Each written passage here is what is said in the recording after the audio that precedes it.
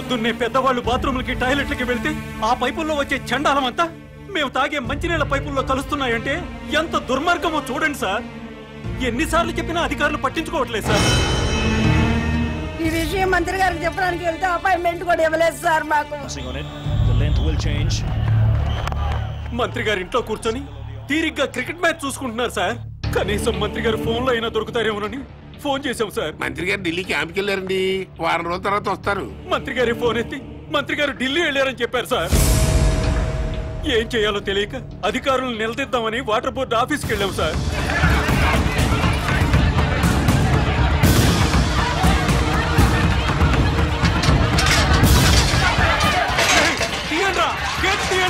గొడవ చేయొద్దు, మర్యాదగా వెళ్ళిపోండి. మీరు నాశనం అయిపోతారా?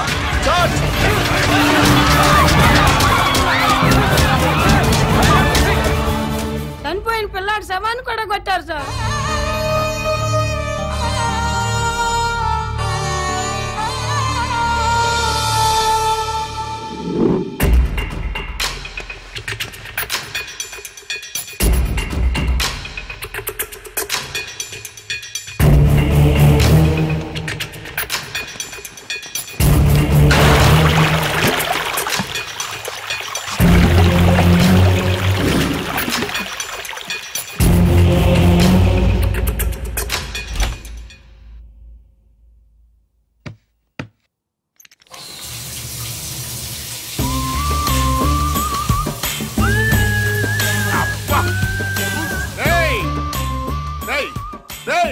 ఎవడరా అక్కడ? ఈ బాత్రూమ్ లో నీళ్ళేంట్రా? అబ్బా వాసన వచ్చేస్తున్నాయి. ట్యాంక్ చెక్ చేయండి రా.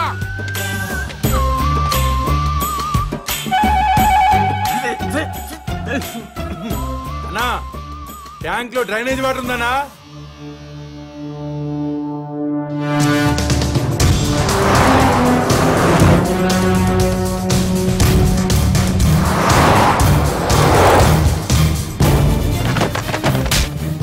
మంత్రి గారి వాటర్ ట్యాంక్ లో డ్రైనేజ్ కలుస్తుంటే చెక్ చేసుకోవద్దురా.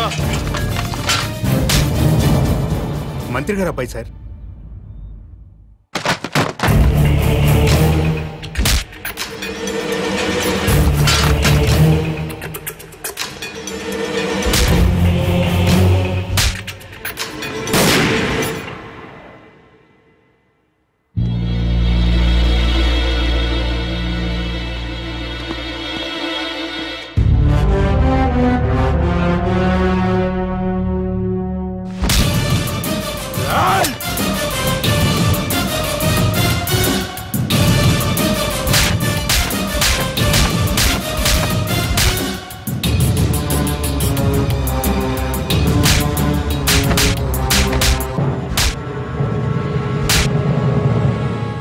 రెండు నిమిషాల్లో నీ బాబు ఇక్కడ ఉండాలి.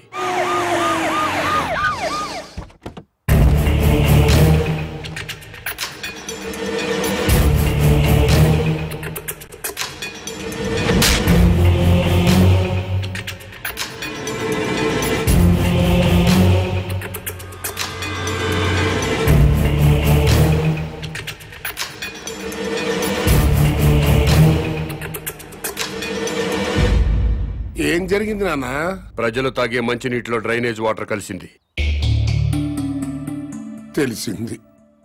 బాధపడుతున్నా, ఖండిస్తున్నా, దర్యాప్తు జరిపిస్తా, చర్యలు తీసుకుంటా. ప్రభుత్వ నిర్లక్ష్యం వల్ల పసివాడు చనిపోయాడని బాధపడుతున్నారా లేదా? ఎందుకు పన్నండి, నా సొంత బిడ్డ పోయినంత బాధగా ఉంది. నీ ఇంట్లో వాటర్ ట్యాంకులోకి డ్రైనేజ్ వాటర్ వచ్చి కలిసింది. ఆ నీళ్లు మీ ఒంటి మీద పడితేనే మీ మనుషులు ప్రభుత్వ ఉద్యోగులపై దాడి చేశారు. అవే నీళ్లు తాగి ప్రజలు చనిపోతే మీ మనుషులు ఎందుకు స్పందించలేదు? ప్రజలు బాధపడుతుంటే మీరు స్పందించలేదు, కానీ మీకు బాధ వచ్చినప్పుడు మాత్రం వెంటనే ఎందుకు స్పందించారు? తప్ప కాదా? తప్ప కాదా? తప్పే.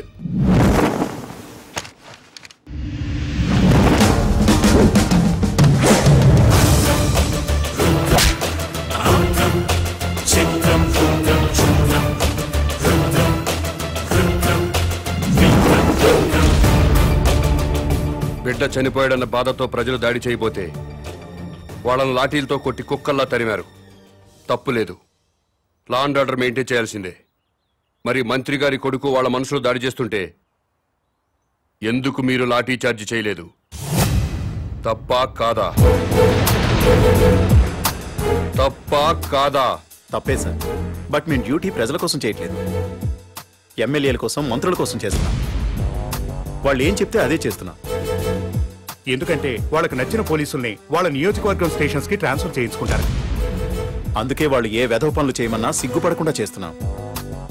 మమ్మల్ని కూడా చెప్పుతో కొడతారో ఉమ్మేస్తారో మీ ఇష్టం. ఎవడో అధికారంలోకి వస్తే వాడు పోలీసులతో ఫుట్బాల్ ఆడుకోవడం తప్పా కాదా? తప్పి. మీరు పదవుల్లోకి వచ్చింది ప్రజల మీద బతకడానికా, ప్రజల కోసం బతకడానికా? ప్రజల కోసమే. అంటే ప్రజల్లా బతకాలి. అవునండి.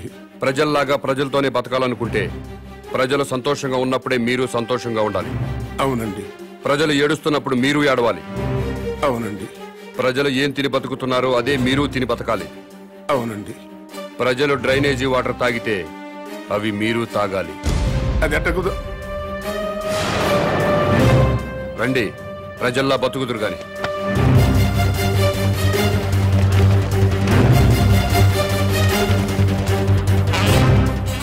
మంత్రి గారికి మంచినీళ్ళు ఇవ్వండి.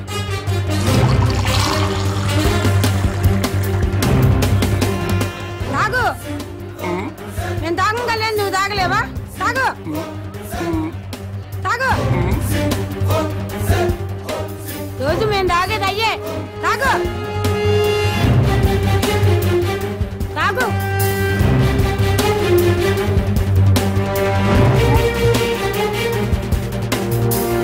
మాయ్ తాగు. తాగమంటే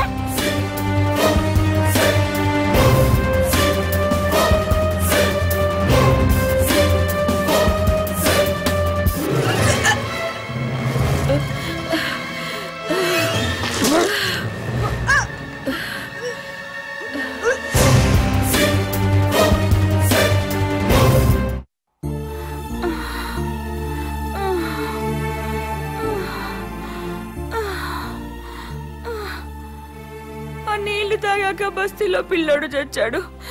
అమ్మా, నేను చేస్తానేమోనండి. ఏం లేదులేవే, మోషన్స్ ఎక్కువయ్యి ఒంటో నీరంతా పోయింది, అందుకే ఆ నీరసం. సెలైన్ ఎక్కిస్తున్నారు కదా, ఏం కాదులే.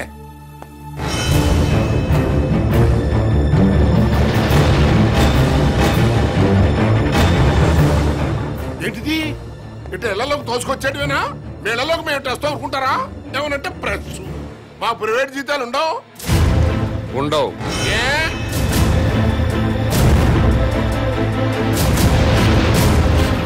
ప్రజాసేవ చేయడానికి రాజకీయాల్లోకి వచ్చినోడికి ప్రైవేట్ లైఫ్ ఉండదు, అంతా పబ్లిక్ లైఫే. ప్రైవేట్ లైఫ్ కావాలనుకుంటే మంత్రిగా రాజీనామా చెయ్యి, రాజకీయాల నుంచి తప్పుకో.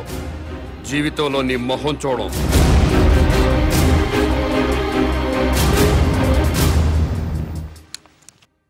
రాని రాని, ఆపు ఆపు ఆపు ఆపు.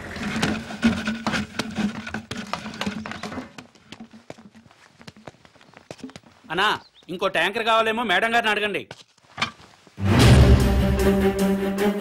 ఎవరిని మేడం గారు అంటున్నావు? మంత్రి గారి భార్యనండి. బస్తీలో మంచినీళ్లు సప్లై చేసేటప్పుడు బస్తీలో ఉన్న ఆడవాళ్లను ఇలాగే మేడం గారిని గౌరవంగా పిలుస్తావా? ఇలాగే గౌరవంగా పిలుస్తావా అని అడుగుతున్నాను. మీకే చెప్పేది, దున్నపోతలో ఉన్నారు. ఓ తోసుకురాపోతే లైన్ లో రావట్లేదా? ముందుకు వచ్చారంటే మొహం బయలుది. వెళ్ళు.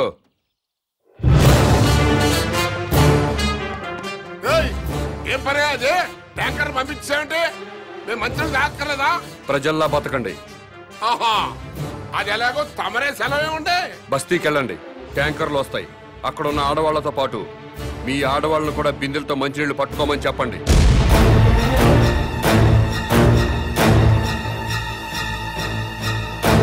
నేను మంత్రి గారి భార్యనండి.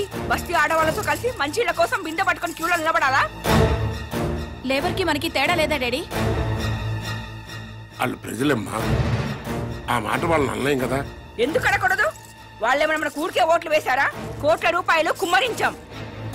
75 లక్షల రూపాయల బ్రాండీలు విస్కీలు తాగి ఓట్లేశారు. ఊరికే వేశారా?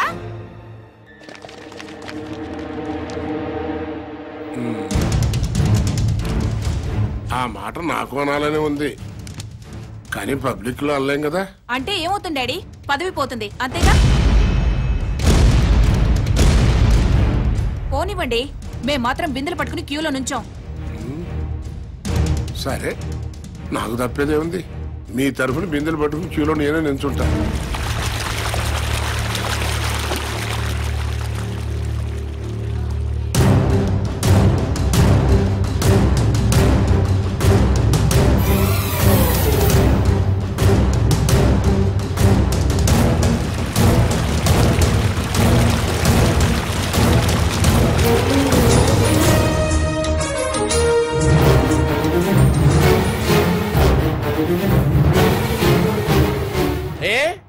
బిందెలతో నిలబడి లైన్లో నీళ్లు పట్టుకోవడానికి ఎందుకు బాధపడుతున్నారు? అధికారంలో ఉన్న వాళ్ళ భార్యలు ప్రజల కంటే గొప్పోళ్ళా? బిందెలతో నీళ్లు పట్టుకోలేరా? ఈ ఒక్క మంత్రి గారి భార్య కాదు, అందరు మంత్రుల భార్యలు ఇలాగే లైన్లో నిలబడి బిందెలతో నీళ్లు పట్టుకోవాలి. అప్పుడే ప్రజాస్వామ్యం బతుకుతుందని నేను మీకు మనవి చేస్తున్నాను.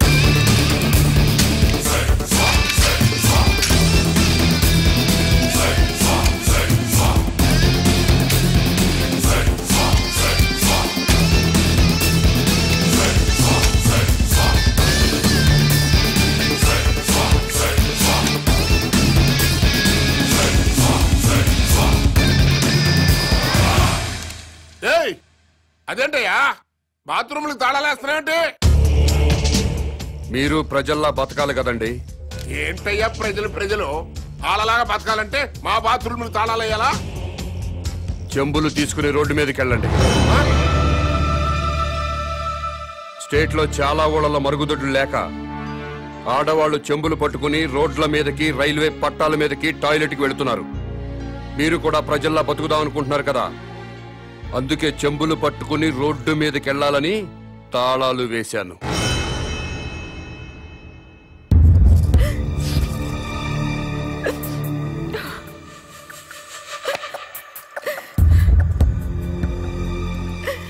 ఇంతకంటే చచ్చిపోవడం నయం. ఏంటి డాడీ ఇది? మినిస్టర్ గా మీరేం చేయలేరా? ప్రజల్లాగానే మనము బతకాలంటున్నాడు కదమ్మా. ప్రజలంతా చికెన్ గునియాతో బాధపడుతున్నారు, మనం కూడా చికెన్ గునియా తెచ్చుకోవాలా? లవ్ పేరు చెప్పి ఆడపిల్లల మీద యాసిడ్ పోసి చంపుతున్నారు, మనము చంపాలా? ఆర్గ్యుమెంట్ వద్దమ్మా. ఈ సమస్యకి ఒక్కటే పరిష్కారం. మనం జనంతో పాటు చెంబుట్టుకుని రోడ్డు మీదకి వెళ్ళకూడదు అనుకుంటే నేను ఎమ్మెల్యేకి రాజీనామా చేయాలి, మంత్రి పదవికి రాజీనామా చేయాలి. అసలు టోటల్ గా నేను రాజకీయ సన్యాసమే చేసేయాలి. అభిమానం ముఖ్యమో అధికారం ముఖ్యమో మీరే నిర్ణయించండి.